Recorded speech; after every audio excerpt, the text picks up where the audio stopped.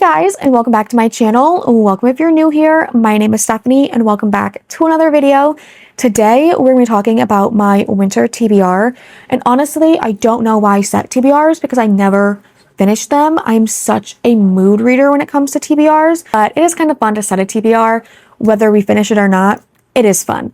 So the first three books I'm going to talk about are all on my Kindle and they're all thrillers.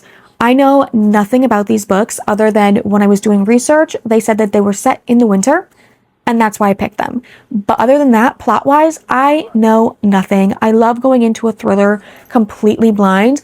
In hindsight, I also like to go into any book completely blind, but especially a thriller, I don't want to know anything. So there's that. But the first one is Dead of Winter by Darcy Coates. I've never read anything by this author, but it's called Dead of Winter. We're in the winter time. It just makes sense. The second one is The Crash by 𝖒𝖚 McFadden. I have heard some mixed things about this one, but honestly, I don't mind. I tend to not really listen to reviews, mainly because reading is so subjective. Someone else might hate it, and I might eat it up. So, yeah. And the last one on my Kindle is Rock, Paper, Scissors by Alice Feeney, another author that I have read nothing by, but I've heard really good things about this one, and it also, I read that is set in the winter, so perfect timing. And so those are the three thrillers that I want to read. The rest of the books I do own physically, so let's get into those. The first one, if you watch my YouTube shorts, you have already seen that I have been reading one chapter a day, and that is my advent calendar romance book. It is A Heart for Christmas by Sophie Jomain, and it definitely is a little bit slower. We haven't gotten to any of the really romance yet. We have met both characters. So the female main character is named April, and she was born with a heart defect that led to surgery when she was about 2 months old. And then when she was, I think, 16 years old, she had a heart attack and had to have a heart transplant. And she's now 19. She is visiting her dad for Christmas. And you kind of see both sides to, I guess, how people would react, because her dad just wants her to live again and be happy and do the things that she loves. Whereas her mom is, you need to study for college, you need to be careful, you can't eat what you like to eat, you have to eat healthy, and like she's just very controlling, overprotective, and overbearing. So you kind of see both of those. You have met the MMC, whose name is Augustine, I believe. That is her best friend's brother, and I do love a best friend's brother romance, so I am very intrigued. I am only on, I think, like a page 100 and something in this one.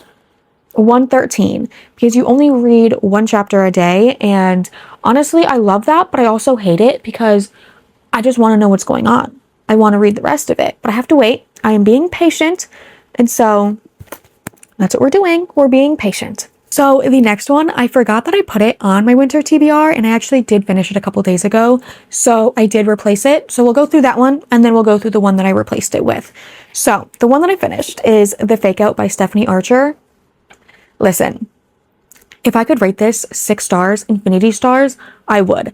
I loved it so much. I don't think it really counts as a second chance romance.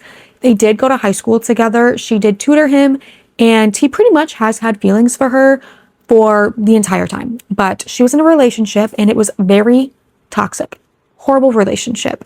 But I think in a way, she also had feelings for him to some sort of degree. But I absolutely love this. This is book 2 in the Vancouver Storm series. The first book is Behind the Net. I also love this one, but so far, this one is my favorite in the series. I ate it up. I ate it up. I read it in 2 sittings. I read the first 50% in one sitting and the second 50 in a second sitting.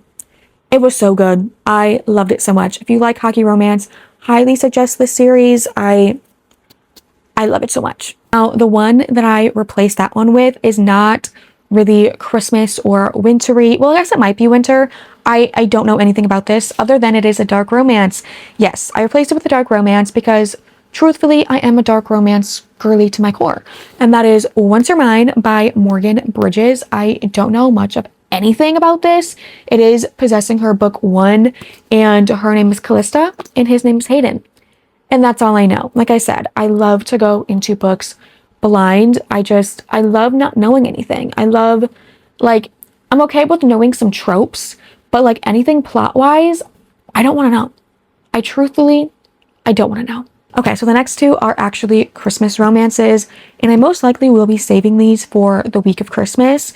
The first one is Merry Christmas, You Filthy Animal by Megan Quinn. Can we just take a second?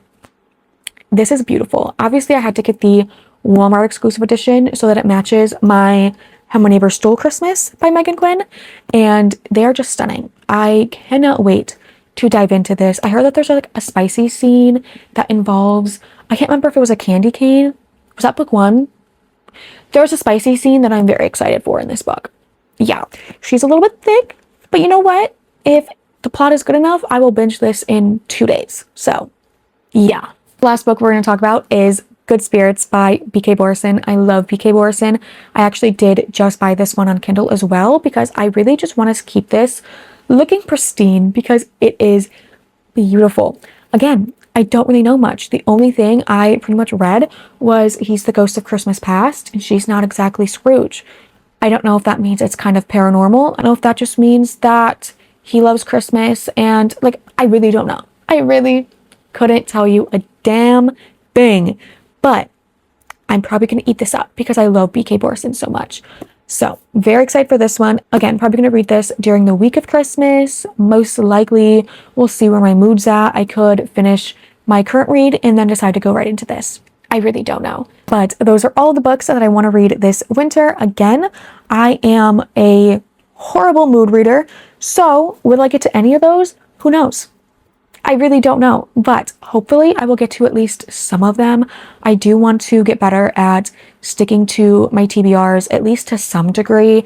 Like, I don't mean that I need to finish each one that I set, but I want to at least get a little bit better and finish some of them. I am such a horrible mood reader because like I could set a TBR and want to read every single one of those books like immediately, and then the next day not want to read any of them. Yeah, it's awful. It is so bad. But 2026, I will be working on actually sticking to TBRs and doing a lot better at that. I also want to work on DNFing books, but those are goals for a different video. But I love you guys so much. Thank you guys so much for watching. Are any of these books on your winter TBR? Have you read any of them? Do you recommend them? Should I bump some up? Also, what is on your TBR? I would love to know because I feel like being a mood reader means that my TBR is never ending. So what's on your winter TBR? Again, thank you so much for watching. As always, everything will be linked down below. If you have any questions, anything you want to see, please don't hesitate to comment them down below. I love you guys, and I will see you in the next one.